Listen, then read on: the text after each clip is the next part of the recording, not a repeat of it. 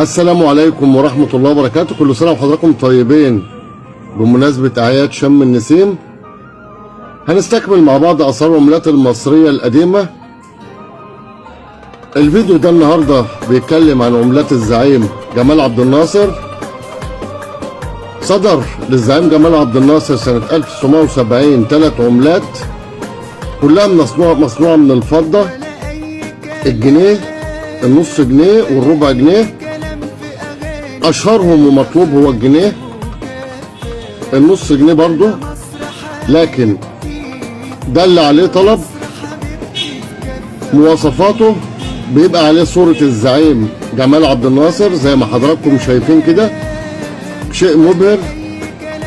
الجمهورية العربية المتحدة 1970، وفي المنتصف هنا 1 جنيه، والعلامة بتاعته هنا في الوجه بتاع الزعيم جمال عبد الناصر.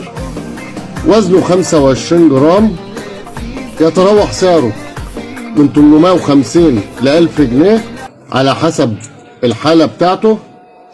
كمان صدر للزعيم جمال عبد الناصر 50 قرش بتحمل نفس الوجه زي ما حضراتكم شايفين اهوت، جمال عبد الناصر. في الجهة المقابلة ليه الجمهورية العربية المتحدة، وفي المنتصف 1 جنيه. تم الإصدار سنة 1970. الختم بتاعه هنا تحت الزعيم جمال عبد الناصر. وزنه تقريبا 12.5 جرام، بيعمل من 350 ل 450 جنيه على حسب الحالة بتاعته. ليه ربع جنيه بنفس الوجه ده؟